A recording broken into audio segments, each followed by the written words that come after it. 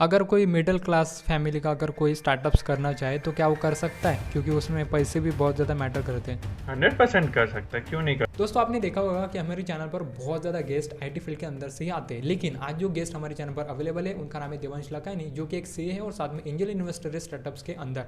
मैंने आपसे वादा किया था कि मैं ऐसे भी लोगों को लेकर आऊँगा जो कि हमें स्टार्टअप्स के बारे में भी बताएंगे, और इनके खुद की फर्म भी है जिसके अंदर है जो न्यू स्टार्टअप्स होते हैं उनको फंड रेज करके भी देते हैं। तो इनके साथ हम डिटेल में डिस्कस करने वाले क्या है कि स्टार्टअप को बैकग्राउंड प्रोसेस क्या होती है, स्टार्ट करने से पहले हमें किस बातों का ध्यान रखना चाहिए, मतलब बहुत कुछ जो भी मेरे मन में सवाल होंगे मैं इनसे पूछूंगा, क्योंकि मुझे भी इतना कुछ पता नहीं है। तो अगर आप में से कुछ इंटरेस्टेड है स्टार्टअप्स के अंदर या फ्यूचर में जाके भी अगर आप करना चाहते हो तो प्लीज़ इस पॉडकास्ट को पूरा जरूर देखना, क्योंकि पॉडकास्ट आपके लिए ही है। तो चलिए इस पॉडकास्ट को स्टार्ट करते हैं। तो देवांश सर, आपका हमारे चैनल पर बहुत बहुत स्वागत है पहले तो, और बताओ फिर, गुड मॉर्निंग आपको सबसे पहले। Thank you Rajesh. तो सर इस पॉडकास्ट को स्टार्ट करने से पहले आप थोड़ा मतलब अपने बारे में बता दीजिए ऑडियंस को, जिससे कि उन्हें आपसे कनेक्ट करने में आसानी हो। तो मतलब बहुत ही सिंपल प्रोफेशन है और बहुत ही सिंपल एजुकेशन जो चीज़ है, बहुत ही सिंपल तरीके से मैं समझाऊंगा जैसे कि आपके ऑडियंस को भी समझ में आए, लिसनर्स को समझ में आए। मेरा नाम देवांश लखानी है और मैं एक चार्टर्ड अकाउंटेंट हूँ क्वालिफिकेशन से, एजुकेशन से। और मेरी प्रोफेशन है बेसिकली इन्वेस्टमेंट बैंकिंग की, जहाँ पे हम हमारे स्टार्टअप क्लाइंट्स को फंड रेज करने में हेल्प करते हैं। हम उनको सारी तरह के एडवाइज़री देते हैं जहाँ पे उनके स्टार्टअप को मदद मिल सके, चाहे वो फंड रेज करना हो, चाहे उनके डॉक्यूमेंट्स बनाना हो इन्वेस्टमेंट के पास जाने के लिए, चाहे वो गवर्नमेंट ग्रांट्स या स्टार्टअप इंडिया की सीड फंड स्कीम से फंड्स उठाना हो, वैल्यूएशन करना हो, ईसॉप की पॉलिसी डॉक्यूमेंट करनी हो। ये सभी चीज़ की हमारी उनके लिए सर्विस रहती है, जहाँ पे हम हमारे स्टार्टअप्स को हेल्प करते ठीक हैं है। बेसिकली। तो ये एक ओवरऑल एक, हाँ। बहुत ही छोटे में सिंपल तरीके से हाँ मैंने हाँ समझाया है। और हमारे फर्म का नाम है हाँ लखानी हाँ हाँ। फाइनेंशियल तो सर्विसेज। आप एक सीए भी है, तो इस फील्ड में मतलब कैसे क्या है, कैसे आपकी जर्नी थोड़ा बहुत। सीए तो हूँ मैं, और सीए का ज़्यादा कुछ काम किया नहीं है, पर एटले एक्सेप्ट फॉर द आर्टिकलशिप, और उसके बाद 6 7 महीना मैंने जॉब किया था। बट ज़्यादातर कोई सीए का मैंने काम नहीं किया है। मेरी प्रोफेशनल जो एक्सपीरियंस है आफ्टर कंप्लीटिंग ऑफ सीए की, जो एक्सपीरियंस है 6 साल की है वो, करीबन 6 साल या थोड़ा ज़्यादा। बट उसमें मैंने सीए का कोई काम नहीं किया है। मैं हमेशा पैशनेट था स्टॉक मार्केट्स के अंदर फाइनेंशियल मॉडल्स बनाने के लिए, लोगों का पैसा हैंडल करने के लिए, स्टॉक्स में इन्वेस्ट करने के लिए। तो इन्वेस्टमेंट मेरे लिए एक पैशनेट चीज़ थी, और उसी से मैंने मेरी प्रोफेशनल जर्नी की शुरुआत की। और फिर धीरे धीरे करते करते जब एलएफएस स्टार्ट किया, आईपीओज किए वगैरह, जैसे जैसे बिल्ड होते रहता है समझ में आता है कि कहाँ पे ज़्यादा पैसा भी है, क्योंकि पैसा भी कमाना है। ऐसा नहीं है कि सिर्फ पैशन के पीछे भागते रहने का। बट धीरे धीरे समझ में आया, अच्छा ये भी कर सकते हैं, ये भी कर सकते हैं, यहाँ पे भी स्किल्स अपने डाल सकते हैं। तो वहाँ से अच्छा अच्छा। पिवट करते करते फिर आगे स्टार्टअप एडवाइजरी के अंदर, जहाँ पे अभी एक बहुत ही स्ट्रॉन्ग पेस बनाने की कोशिश जारी है। अच्छा, ठीक है, आपने सब कुछ तो बताया। तो स्टार्ट करते हैं अपने सवाल। तो प्लीज़। स्टार्टअप स्टार्ट करने से पहले हमें किस बातों का ध्यान रखना चाहिए? अगर मुझे स्टार्टअप स्टार्ट करना है मेरे हिसाब से, तो मतलब पैसे के बारे में भी बताओ आप, और हमें क्या क्या मतलब ध्यान रखना चाहिए। स्टार्टअप के लिए, स्टार्ट करने के लिए सबसे पहले जो आपको ध्यान रखना है वो है कि आप क्या प्रॉब्लम सॉल्व करना चाह रहे हो, है ना। तो अगर कोई जेन्यून प्रॉब्लम नहीं है मार्केट में, और वो प्रॉब्लम यू नो थोड़ी बड़ी नहीं है, अगर एकदम छोटे लेवल की प्रॉब्लम है तो आपका सल्यूशन भी छोटे लेवल का रहेगा, तो आपकी ग्रोथ ज़्यादा नहीं हो पाएगी। तो प्रॉब्लम क्या है, एक जेन्यून प्रॉब्लम होनी चाहिए, और वो प्रॉब्लम शायद आप देखो कि आपके नियर बाई एरिया में है, आप वहाँ से शुरुआत कर सकते हो। बट वो एक्चुअली प्रॉब्लम, जब आप रिसर्च करते हो आपको लगता है, पता चलता है कि ये प्रॉब्लम देश भर में या दुनिया भर में, तो उसका स्केल बहुत बड़ा हो सकता है।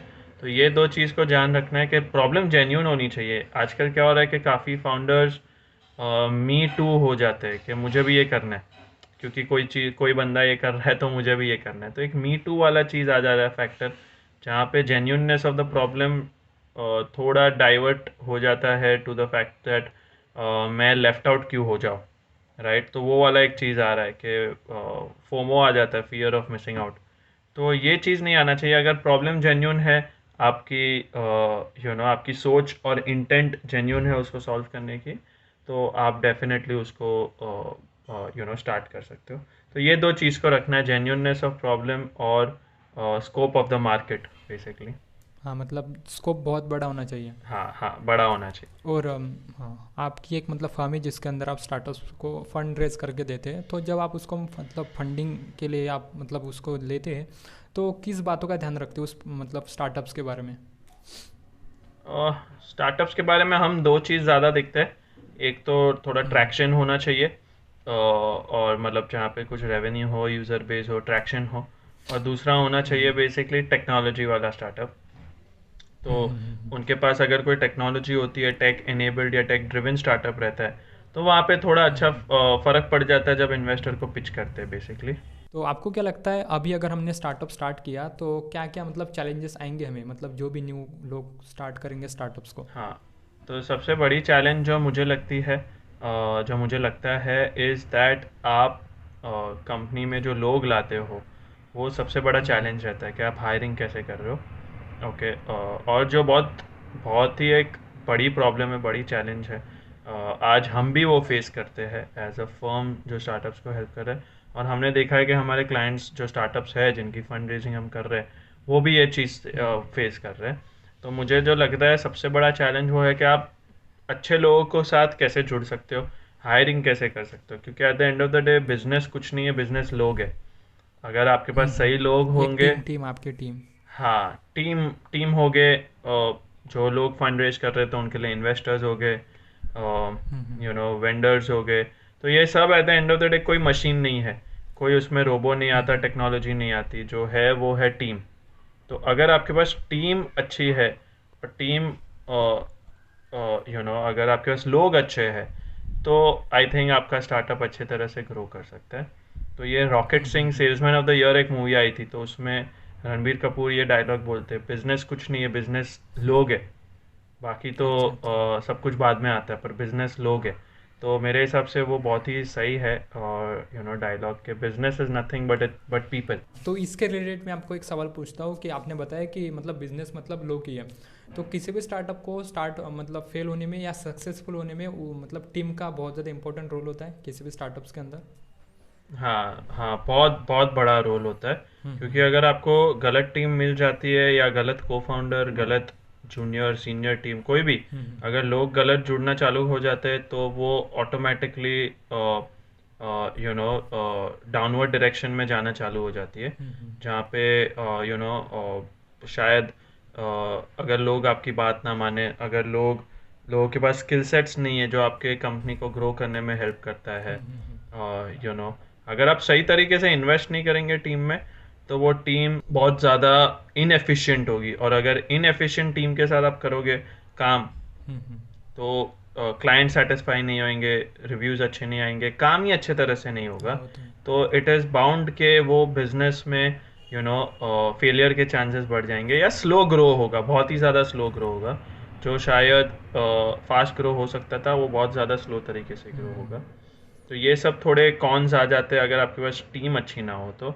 वेज अगर टीम अच्छी है, तो बहुत कुछ अच्छे तरह से हो सकता है। आपकी ग्रोथ फास्ट हो जाएगी, प्रॉफिटेबल भी रह सकते हैं, एक्सेट्रा। हाँ, तो मतलब आपको एक्सपीरियंस है इसके बारे में, तो इन्वेस्टर स्टार्टअप्स के बारे में क्या देखते हैं किसी भी उस स्टार्टअप्स के अंदर फंड मतलब इन्वेस्ट करने से पहले? इन्वेस्टर्स देखते हैं कि आपका प्रोडक्ट क्या है, हम्म। आप किस हिसाब से क्या प्रॉब्लम सॉल्व कर रहे हम्म। हो, किस हद तक आप जा सकते हो वो प्रॉब्लम को सॉल्व करने के लिए। हम्म। आप फ्लेक्सिबल हो कि नहीं to pivot, to make the changes in the product category, hmm. To make the changes in the pricing. आप एज अ फाउंडर फ्लेक्सिबल रहना ज़्यादा पसंद करोगे, ऐसा नहीं कि आप जिद पकड़ के बैठ जाओगे। वो ये भी देखते हैं कि अच्छा, इसमें किस हिसाब की टेक्नोलॉजी है जो इसको और ज़्यादा तगड़ा बना सकती है, या जो मोट है, जो एक हम्म। मोट बोलते हैं, MOAT, मोट, हाँ हाँ। वो कैसे स्ट्रॉन्ग है इसके अंदर, जहाँ पे एंट्री बैरियर्स स्ट्रॉन्ग हो जाते हैं बेसिकली, राइट। हाँ हाँ।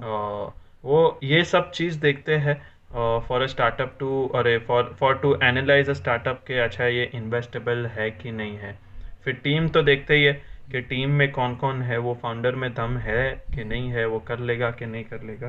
तो all those factors I think investors देखते हैं। अभी अगर हम देखें तो हर गांव से एक तो स्टार्टअप्स निकल रही है, तो क्या लगता है आपको शार्क टैंक जो नया शो आया है उसकी वजह हो सकती है?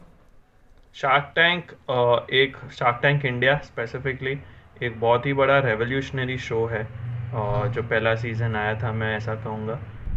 आई थिंक वो शो के वजह से घर घर के अंदर माइंडसेट बदलना चालू हुआ है कि मतलब अगर बिजनेस के आप बारे में बहुत ही मतलब बेसिक लेवल से लोगों को समझना हुआ कि मतलब कैसा बेसिक क्या होता लेवल है। से स्टार्टअप्स के बारे में लोग समझना चालू कर रहे हैं कि होता हम्म। क्या है ये स्टार्टअप, इन्वेस्टमेंट क्या होता है, इन्वेस्टमेंट क्यों लगती है फाउंडर्स को, राइट।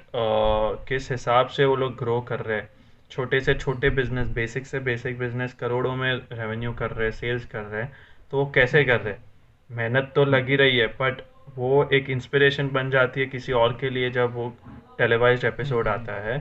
तो आज घर पे डेली सोप्स तो लग ही रहे, जो लग रहे, बट उसके साथ साथ शार्क टैंक के भी एपिसोड्स लोग देखते हैं क्योंकि हाँ हाँ। इंटरेस्टिंग है, उसमें कोई ड्रामा नहीं है। एंटरटेनमेंट होता है, थोड़ा ड्रामा होता है, बट हाँ इट इज़ फाइन। वो इंडियन टेलीविजन का ऑडियंस ही वैसा है जिसको थोड़ा ड्रामा और एंटरटेनमेंट चाहिए along with serious business.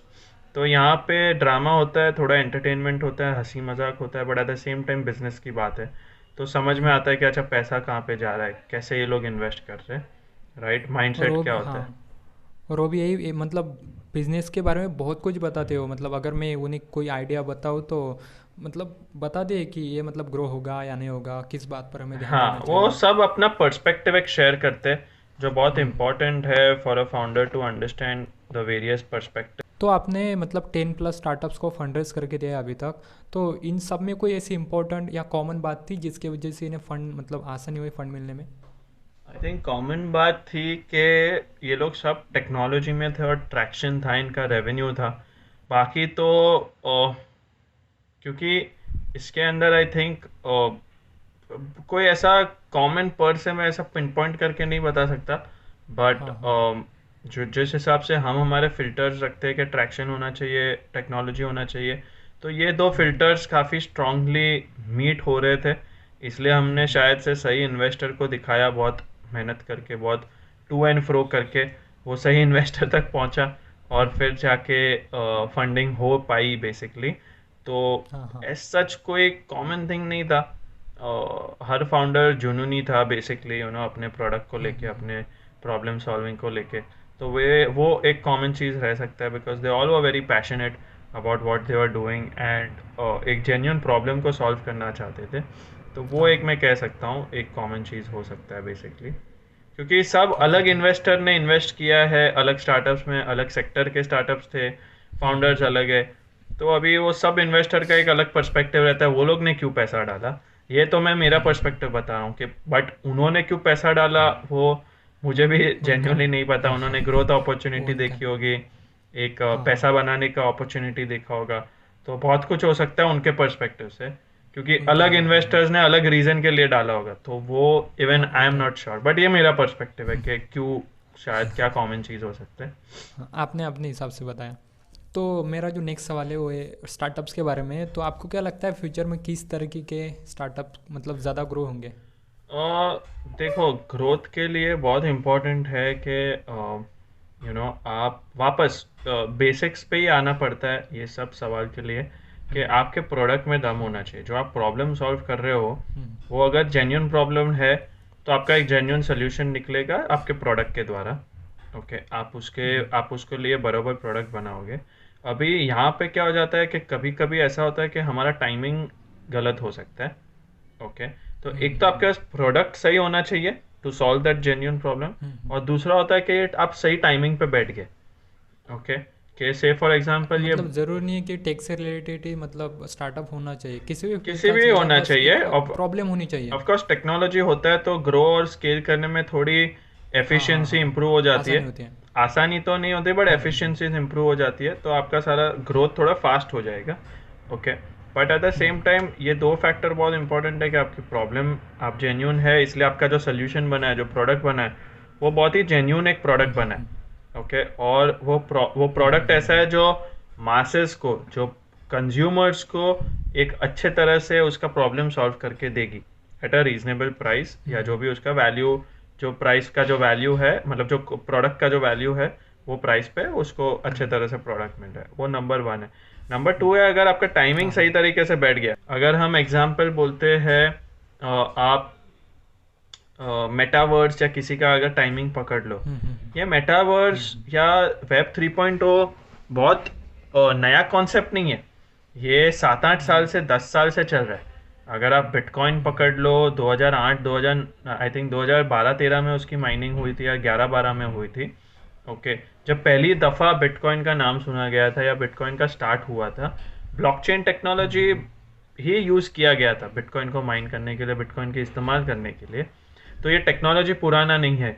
Metaverse पे लोग ऐसा नहीं है कि अभी अभी काम करना शुरू किए हैं, ये काम 7-8 सालों से चालू है।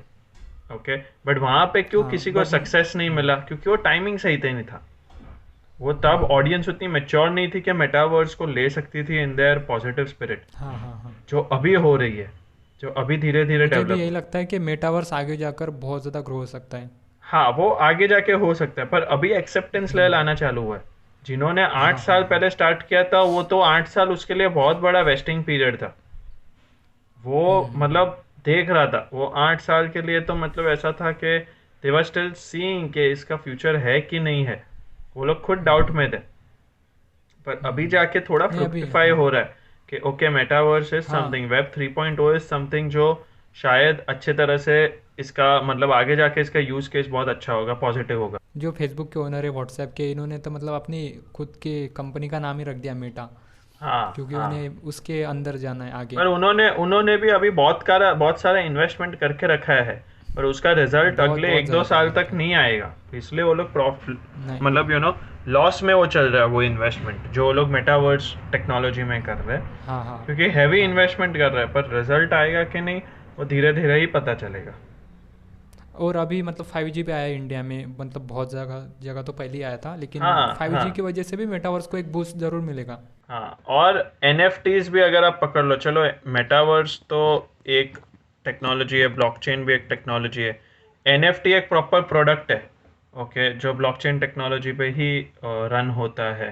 Okay, non fungible tokens. तो ये नॉन फंजिबल टोकन्स भी 8-9 साल से है। और वो हाँ लेकिन लोग, ग्रो अभी हुआ। हाँ, जो लोग बना रहे हैं वो तो कब के बना रहे, बट हाँ हाँ। तभी इतना आसान नहीं था मास अडॉप्शन के लिए जो अभी हुआ है। ओके, अभी लोग अडॉप्ट कर रहे हैं, उसको एक्सेप्ट कर रहे हैं, तो दैट्स द पॉजिटिव पार्ट। तो जो 8-9 साल से था उसने तो अपना नुकसान ही किया है। वो भी है भी, उसके पास पैसे है नहीं है वो भी कोई आइडिया नहीं है, क्योंकि अब जाके ये सब थोड़ा ट्रेंड में आना चालू हुआ है। राइट, हाँ तो अभी अभी। टाइमिंग आपका मैच होना चाहिए। आपके पास शायद सही प्रोडक्ट होगा, एनएफटी बहुत अच्छा प्रोडक्ट है, उसका यूज केस सिनेरियोज बहुत अच्छे हैं, बट आपका अगर आपका हाँ टाइमिंग हाँ मैच नहीं हो रहा है, और आपने 8 साल पहले ही लॉन्च कर दिया जो चीज़ का रिक्वायरमेंट तभी था नहीं, या जो चीज़ का अडॉप्शन तभी नहीं हो पा रहा था, तो वो सेंस ही नहीं बनेगा आपके लिए, वो लॉस हो जाएगा एक बहुत बड़ा। और अगर कोई मिडिल क्लास फैमिली का अगर कोई स्टार्टअप्स करना चाहे तो क्या वो कर सकता है, क्योंकि उसमें पैसे भी बहुत ज़्यादा मैटर करते हैं। 100% कर सकता है, क्यों नहीं कर सकता। इट इज़ बेसिकली आपके पास एक स्ट्रैटेजी होनी चाहिए। फॉर एग्जांपल, अगर आप एक जॉब कर रहे हो और वो जॉब से सपोज आप 40,000 रुपीज़ मंथली कमाते हो, और आपको घर चलाने के लिए और इन्वेस्टमेंट और खुद की वॉन्ट्स के लिए शायद से 30,000 चाहिए, तो आपके पास 10,000 बच जाता है। आपको क्या करना चाहिए, एक स्ट्रैटेजी बनानी चाहिए कि ये अभी मैं थोड़ा फ्रीलांसिंग स्टार्ट करूँगा, जहाँ से मुझे थोड़े प्रोजेक्ट्स लूँगा, वो 40,000 इनकम को मैं 80,000 इनकम तक लेके जाऊँगा। ओके, 40,000 सैलरी से, 40,000 फ्रीलांसिंग से, एग्जाम्पल दे रहा हूँ, ठीक है, जिसमें मेरे को पता चलता है ठीक है अभी मैं 40,000 तो फ्रीलांसिंग से कमा रहा हूँ, मेरा रेगुलर 40,000 आ रहा है, उसमें से 30,000 घर खर्च, वांट्स और इन्वेस्टमेंट्स हो गए। Okay, needs, wants and savings या इन्वेस्टमेंट, ये तीन चीज़ होता है जिसमें आपको ध्यान रखना होता है। वही आप जॉब से भी कमा रहे हो, तो अभी आप बोल सकते हो ओके मैं जॉब को छोड़ सकता हूँ, अगर मैं ये फ्रीलांसिंग फुल टाइम करूँगा तो मेरे पास 40,000 के बदले मैं 70-80,000 कमा सकता हूँ। अगर मैं हफ्ते के सिर्फ 6 घंटे से 40,000 कमा पा रहा हूँ, तो अगर हफ्ते में मैं 48 आवर्स दूंगा तो कितना कमा सकता हूँ। राइट, वो धीरे धीरे करके ही आपको स्ट्रैटेजी बनानी है। फिर आप उसके अंदर फुल टाइम जाते जाओ, टीम को हायर करो और स्लोली स्टेडली वो स्टार्टअप बनता जाता है, यू नो। आप अगर बोलोगे कि नहीं मेरे को एक दिन सब कुछ छोड़ छाड़ के स्टार्टअप ही करना है, एक जिसके ऊपर बहुत रिस्पॉन्सिबिलिटीज होती है as a salaried middle class person, अगर वो बोलेगा नहीं मैं सब छोड़ वोड़ के स्टार्टअप ही करना है और मेरी जो भी सेविंग्स है 6 7 10 लाख की सब मैं इसके अंदर डाल दूंगा, तो दैट इज़ रॉन्ग। फिर आप स्ट्रैटेजी नहीं यूज़ कर रहे हो, इसको इमोशनली नहीं एक प्रैक्टिकल एंगल से देखना चाहिए कि आप क्या स्ट्रैटेजी के साथ इसको प्रॉपरली लॉन्च कर सकते हो basically. So if you do that then it is very good, क्योंकि आपके लिए एक रोड मैप होता है कि ओके मैं ये माइलस्टोन पहुंचने पे मैं फुल टाइम स्टार्टअप में आ जाऊंगा, अभी फ्रीलांसिंग कर रहा हूँ, जॉब कर रहा हूँ, ये माइंडसेट ऐसा माइंडसेट रहेगा तो आप क्या step by step startup launch कर सकते हो। Otherwise as a middle class अगर आपके ऊपर रिस्पॉन्सिबिलिटीज़ है तो it will not be wise कि आप सब कुछ छोड़ छाड़ के अपनी सब सेविंग्स यहाँ पे लगा दो और आपके आपके फैमिली को आप डिप्राइव करो, you know, so that's not a good thing. ठीक है, तो एक लास्ट सवाल है मेरा आपसे कि अगर आप अपने हिसाब से कुछ हमारे ऑडियंस को बताना चाहे स्टार्टअप्स के बारे में, अगर वो स्टार्ट करना भी चाहिए या फ्यूचर में जाके अगर वो करे तो उनके बारे में कुछ बताओ। तो मतलब ये मैंने मेरे एक्सपीरियंस से सीखा है, एक निजी एक्सपीरियंस से सीखा हुआ है कि आप बिल्कुल स्टार्टअप कीजिए अगर आपको एक चीज़ के अंदर पैशन है, आपको लगता है वो आपका पर्पस है, आप प्लीज़ स्टार्टअप कीजिए। Don't hold your back from not doing a startup by taking a lot of pressure या यू नो कोई भी हिसाब का प्रेशर रहता है फैमिली का ये वो, उसको मत मतलब don't take that pressure and not do the startup जो आपका हमेशा एक ख्वाब था। ओके अगर आपको कुछ करना है कुछ बनना है प्लीज़ कीजिए startup, but at the same time जैसे कि मैंने प्रीवियस एक आंसर में कहा पॉइंट में कहा कि आप अपनी स्ट्रैटेजी के साथ जाइए। ओके उससे इमोशनली ऐसे मत कनेक्ट कीजिए कि नहीं यार बस यही है मेरी ज़िंदगी, यही है मेरा मकसद, यही है, तो वो सब इमोशनल पेन के साथ या इमोशनल फीलिंग के साथ मत जाइए। टेक इट प्रैक्टिकली, तो आपको करने में भी मज़ा आएगा, आपको रिजल्ट्स भी दिखेगा, प्लस आपकी फैमिली भी नाराज़ नहीं होगी, आप भी खुश रहेंगे, सब कुछ ट्राई काइंड ऑफ एक बैलेंस रहेगा। 100% नहीं रह सकता क्योंकि एज एन एंटरप्रेन्योर किसी की भी लाइफ परफेक्ट नहीं होगी और बिजनेसेस में भी बहुत चैलेंजेस आएंगे, but at the same time अगर आप स्ट्रैटेजी बना के जाएंगे तो it will be much better, because you will be able to determine कि आपके माइलस्टोन्स क्या है, you will be able to determine के अच्छा मुझे क्या नेक्स्ट स्टेप लेना है, राइट। अभी अगर मेरे पास कोई स्किल्स नहीं है, कोई एजुकेशन नहीं है, तो हाँ मुझे एक डिग्री लेनी है, कोई एजुकेशन पहले तो कंप्लीट करनी है, फिर वैल्यू एडेड स्किल्स चाहिए तो वो स्किल्स के लिए कोई कोर्स करना है जो मुझे काबिलियत बना सके कोई टास्क करने के लिए। मेरे पास पैसे नहीं है, मैंने सब एजुकेशन और स्किल्स में लगा दिए, तो पहले मैं एक जॉब कर लेता हूँ, 2 साल जॉब करूँगा, उसके साथ कोई फ्रीलांसिंग भी करूँगा, तो मेरे पास काफ़ी सारी स्किल्स आ जाएगी, लोगों से बात करने की एक तरकीब आएगी, एक रिलेशनशिप नेटवर्किंग बना पाऊँगा, पैसे भी कमा लूँगा, सेविंग्स हो जाएगी।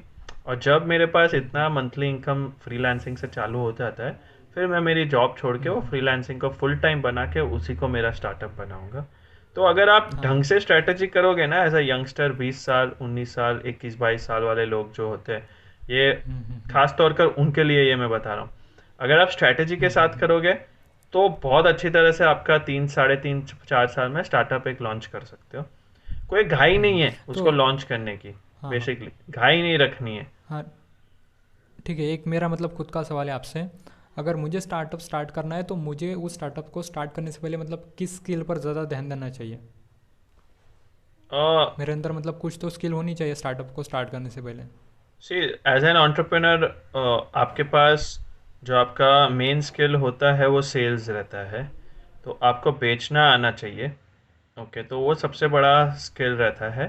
प्लस अगर आप कोई प्रोडक्ट बना रहे हो तो हाँ आपके पास वो प्रोडक्ट का नॉलेज होना चाहिए, पूरा रिसर्च होना चाहिए, तो ये सब तो रहना ही चाहिए। बट मतलब उस फील्ड के बेचने बारे में का हमें जो सब स्किल कुछ होता पता है, होना चाहिए। जो सेलिंग स्किल होता है वो सबसे इम्पोर्टेंट होता है एज एन एंटरप्रेन्योर। ओके और टेक्नोलॉजी ये सब चीज़ तो ठीक है, अगर वो वही बैकग्राउंड का इंजीनियर है, बीटेक है, तो टेक तो उसको आता है, आईआईटी से पढ़ता है तो टेक तो उसको आता है।